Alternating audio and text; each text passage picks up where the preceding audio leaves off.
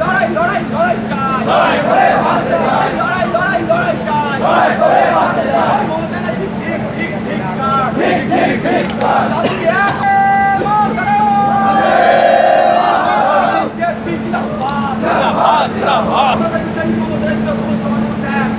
এক হও, এক হও। দাবি এক, দফা এক। ক্ষমতার পদত্যাগ। দাবি এক, দফা এক। ক্ষমতার পদত্যাগ। মমতা ব্যানার্জি পদত্যাগ।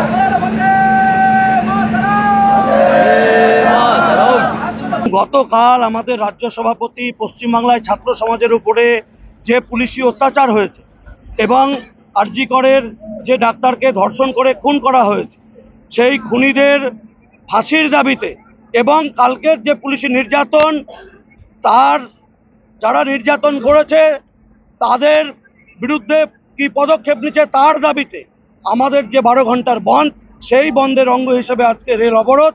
আমরা এখানে 6:30 থেকে অবরোধে বসেছি।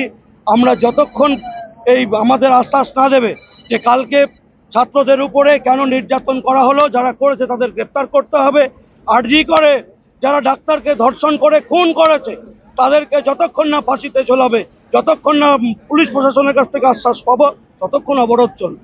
বাংলা টুডে নাও।